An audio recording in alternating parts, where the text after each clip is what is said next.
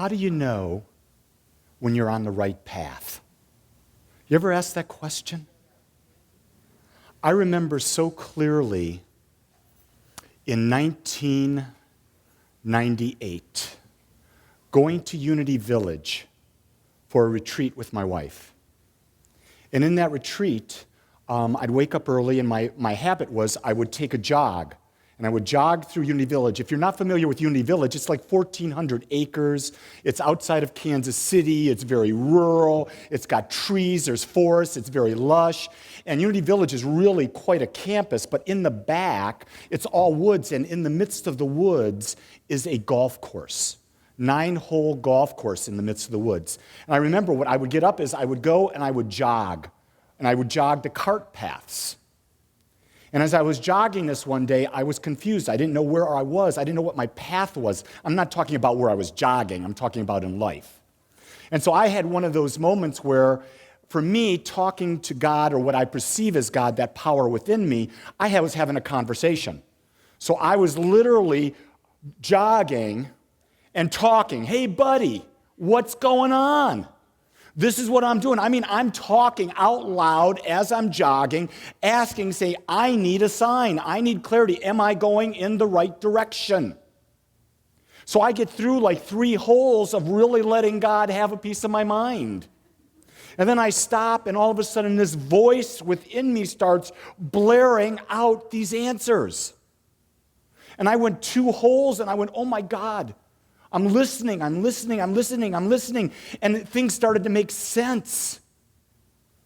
And I came back to the room that Jean and I had at the little hotel there on the campus, and I said, I can't talk. And I grabbed my journal, and I went to the Peace Chapel, and I journaled for an hour, writing down everything that was said. And I pulled it out this week, and that inspired me to have this talk. Because I realized that we're all looking for answers. We're all seeking, are we on the right path? Are we doing the right thing? No matter where we are in our life, some aspect of our life is challenging us, calling us forward, and we don't have a clue. So I'm going to start off with the idea of where we begin everything. We understand that there must be something greater than all that exists. In our humanness, we've given it the word God. In the animal kingdom, they reversed it. They call it dog. Because if you ever look at a dog's all God in expression. But God means the infinite, all-knowing, everywhere presence. It's always been, that always will be. It is the seen, it is the unseen. It is the known, it is the unknowable. It is everything that ever was, ever will be, that has never yet been. We call it God because in our humanness, we've taken this idea and we've created God out of a human image instead of us looking at ourselves as the God image. So we are that individualization. We are that aspect of consciousness, of oneness that's here to express and to create. So all the power within God resonates right where we are. And yet in this human form, we experience pain and we experience suffering. Let's break that down real quickly. Pain is what you feel when the body takes a hurt. When you hit your hand with a hammer. When you've been cut, there's pain. That's the body, the cells of the body reacting to a physical act on the body. Suffering is a state of mind that is created when the outer experience does not meet the inner expectations. Did you hear that? Suffering is optional. Can we get that? There's a lot of people that want to say, no, suffering's mandatory. You've got to have the dark night of the soul. You ever hear that term before? In order to be spiritually enlightened, to find Jesus, to find Buddha, to find your oneness, to go into nirvana, you've got to have the dark night of the soul. No, you don't.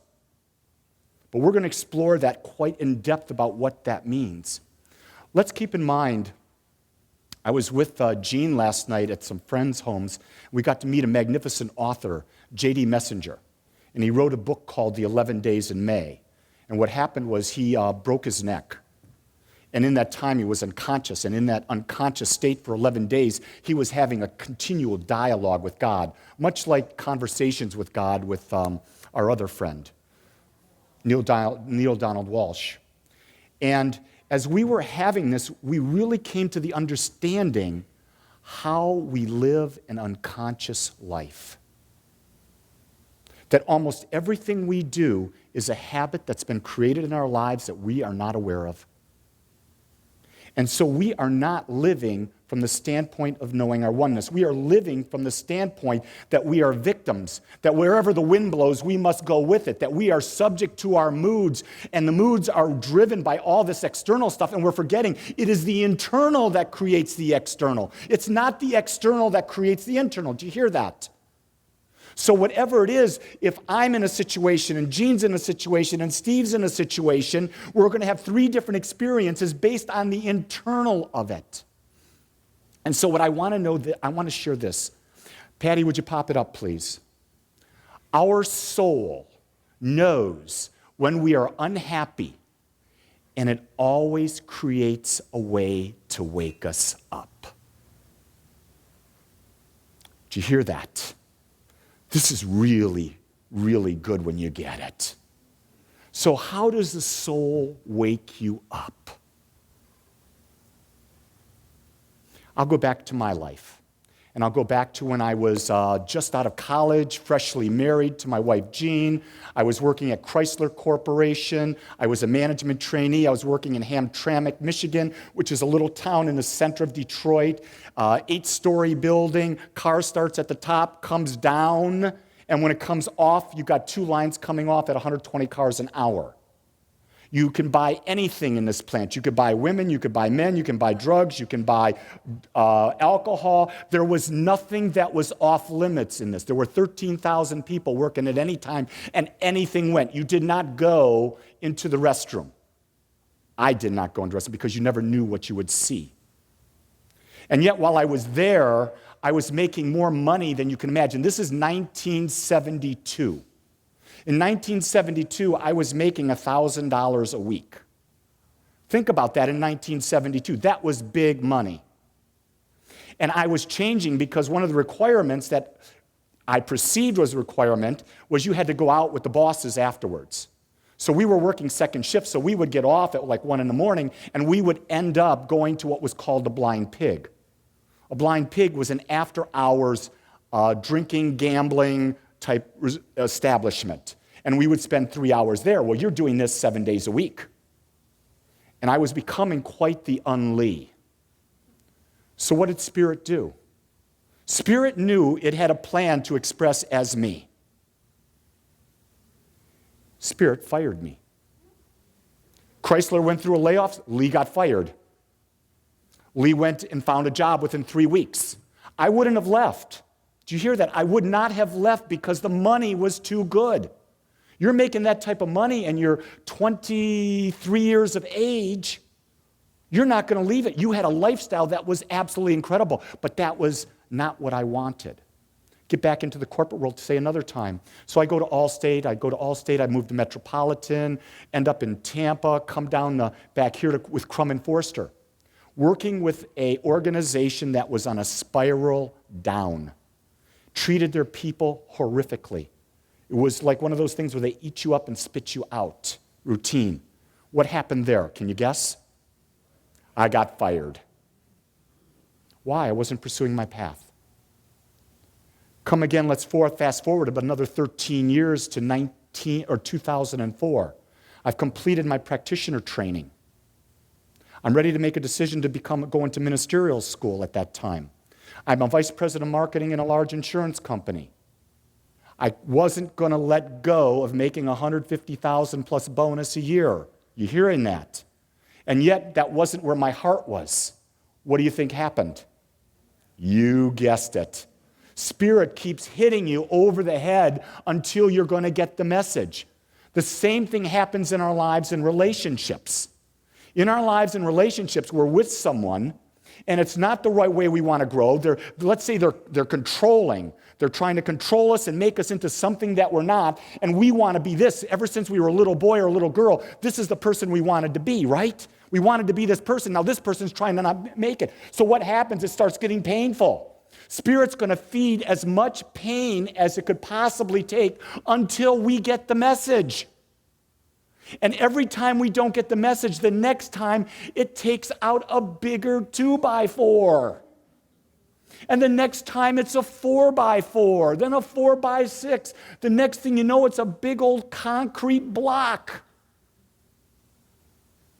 Do you ever hear about people who start off with a dis-ease and they heal from it, and the next time it comes back worse? It's not the body that's creating the disease. It's the thought process that we've held on to all this time, thinking wrong thoughts. Not wrong thoughts. There's no such thing as a wrong thought. Thinking thoughts that are not in alignment with what we desire. And when we think those thoughts, eventually it builds up to a point where Spirit says to us, wait a second, this is what you want. This is what you've said you wanted. Okay, this is what you're getting. I got to wake you up. In other words, it's our natural DNA to be going toward our dream. What happens is we block the process and we block our ability to get clear on what it is we want. We start living up to our parents' expectations, our teachers' expectations, our boss's expectations, our spouse's expectations, our children's expectations, God forbid a minister's expectations. Really, God forbid, a church's expectations. Because I want to really talk about the idea of what is a spiritual community. A spiritual community is one that looks out at the community and all it sees is God. And if all it sees is God, it allows it to have the freedom to express itself uniquely, wholly, and individually. My favorite affirmation right now is, I embrace my uniqueness and I live my life authentically. Even more importantly, I embrace the uniqueness of every person I meet, and I allow them the authenticity to live their lives. Now, here's where discernment comes in. If they're expressing their authenticity in a way that I don't like, I can choose to go over here and not be around them. Make sense? I'm not judging. I'm not saying they're wrong. I can say it's not a vibrational. It's not a fit for me. We are entitled to that in our human experience to choose and select what is the mental atmosphere we want surrounding us. You see, we create a mental atmosphere with our minds, right? Well, there's also a mental atmosphere created by a collective. So if you were to sit down and just feel the energy, and in here, you'd feel a collective energy. And it'd probably be pretty safe. It'd be pretty cool. It'd be free. You probably are very at peace right now. But if you got in and you were in a group of people that it was, you were watching the news and there was the war pictures about what's going on in the Gaza Strip or what's happening in Afghanistan or what's going on in Iraq, what is the mental atmosphere that's going to come about there? It's going to be fear. It's going to be hatred. It's going to be killing. It's going to be murder. And if we think we're above that atmosphere touching us, we are wrong. We are very, very sensitive in our humanness. The idea is, how can we be in the world but not of it? So how can we do that? Is we do a daily spiritual practice. We teach that all the time here at Agape. We do a meditation. We do prayer. We do affirmations. We do gratitude. We try our best to live a complaint-free life.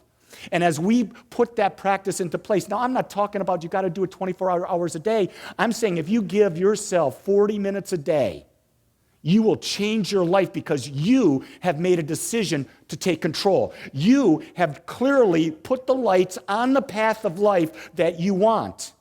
Now keep in mind, as you're walking down this path, whatever's behind you can never be in front of you again unless you bring it there. So if there are events that happened in our past that no longer serve us, keep in mind, those events weren't painful. Did you hear that? Why weren't they painful? Because the definition of pain is something that happens to the body. It's an infliction on the body where the body's responding to it. But what happened in an event in the past that wasn't physical was suffering. It's something that the mind saw that wasn't in alignment with what it wanted. And suffering is optional in that once you are past an event, you no longer have to bring it forward. That event is no longer who you are. What we've done in society, we have let events of the past define us. And in that definition of it defining us, we start living from an unwhole, crippled self. We view ourselves as imperfect. And in this moment, right in this moment, we are perfect. Charles, I'm coming off stage. So I'm going to come over. Come here. This is a beautiful woman, would you agree? She has perfect hair. She has a perfect smile. Let me see it. Look at her eyes. Look, I want you to look at all the people. Just start looking at them. That is the gateway to the soul. This woman should never be judged other than that she is a perfect and whole expression of God. The most important thing is that I want her to know is that she sees herself as that, and she never, ever judges herself other than to be perfect. Would you agree? Yes. Give her some love.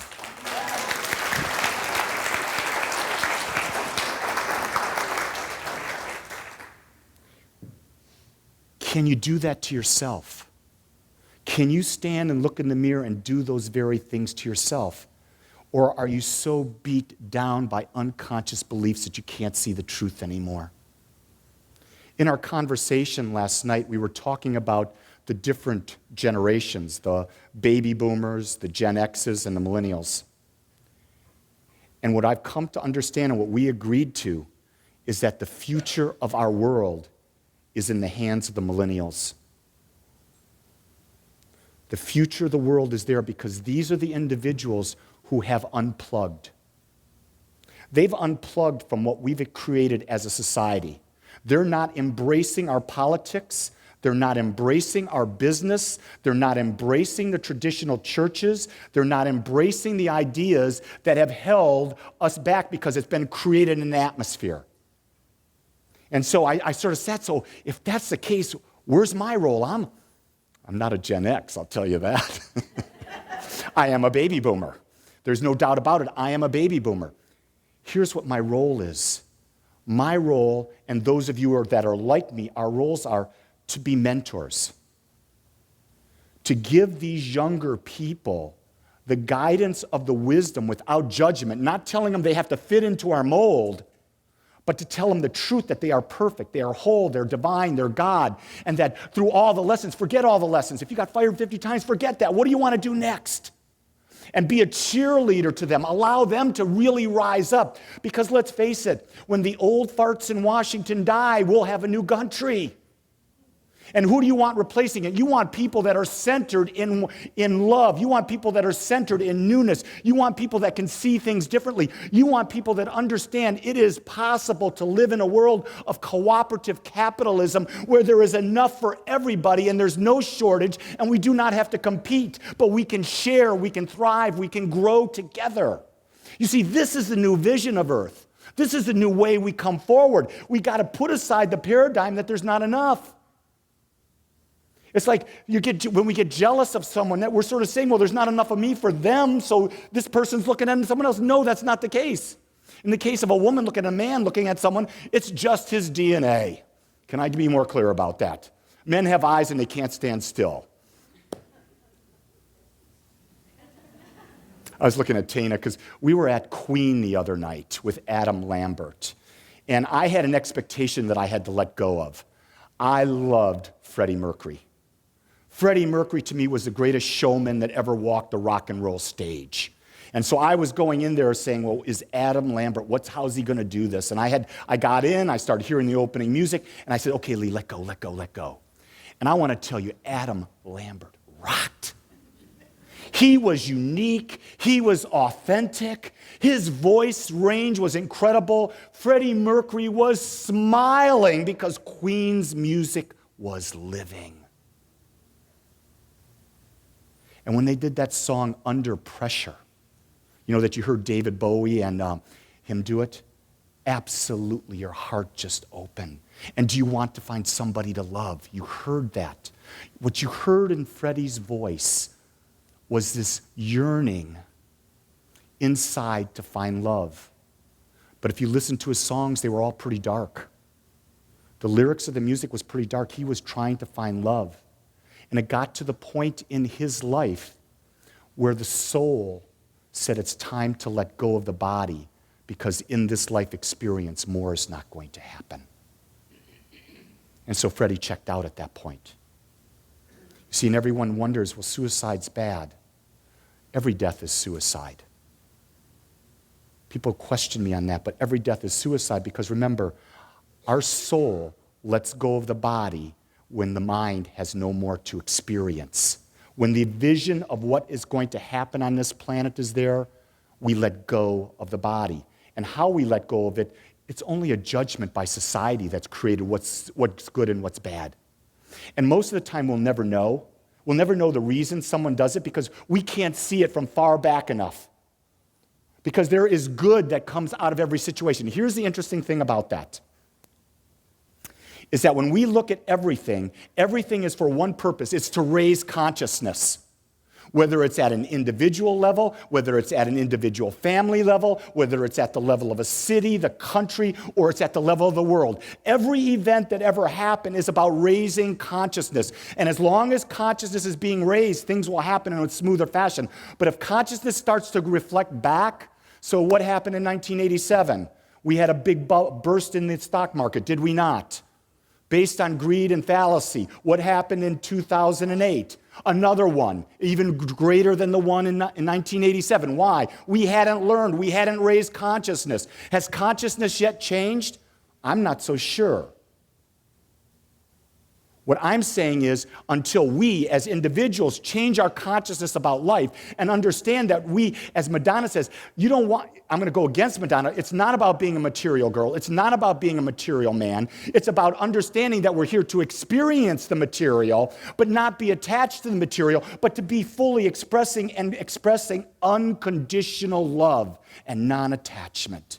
To learn to be fully present in the moment, because the second you get that new dress, and you put it on, the next thing you're looking for is a new pair of shoes.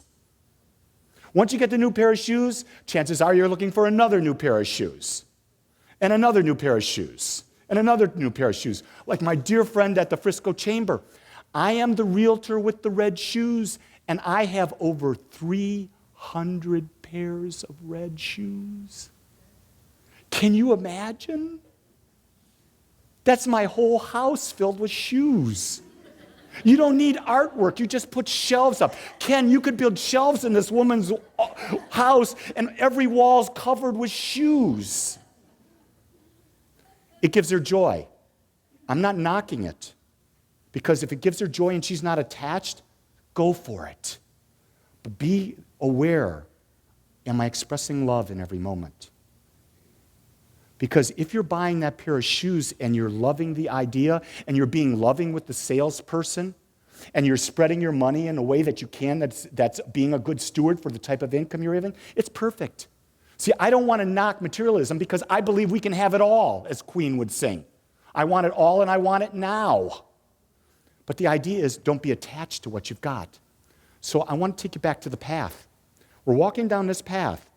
Remember, behind us we can leave.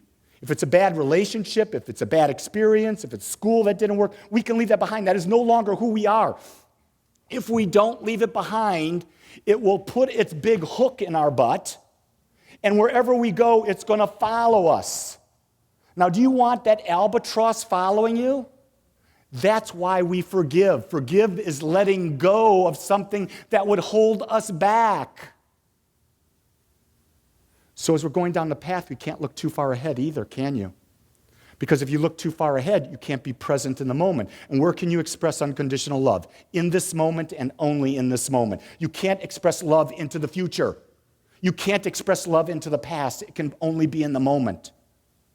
That's why I learned when my mother passed that when she was dying, every moment I had, I'd look in her eyes, I'd rub her little head, I'd say, I love you. I love you. I was present with it. Are you present with yourself in your life? Are you present with the ones you love in your life? You see, when you're present, you're on the path, you're on the journey, and you're not going to get hit by a cosmic 2x4. You see, remember, as I've said, our soul knows when we are happy, and it always creates a way to let us know when we're off path. The key to living a happy life is being aware. Are you aware of what you dream? Are you aware of what you're feeling? Can you feel when you're out of alignment? And if you are, you simply reverse and start thinking a new thought and begin the process of creating again. You see, you are free in every moment to create anew. You are not your past. The future does not exist. What do you want to be in this moment? I look at you and I see perfect. I see magnificence. I see the ability in each of you to be anything you desire to be. If you need that to be told to you, come see Jean or I afterwards. We'll be happy to share that with you. Because in essence, at Agape, all we do is love you. Because in loving you, we get to love ourselves.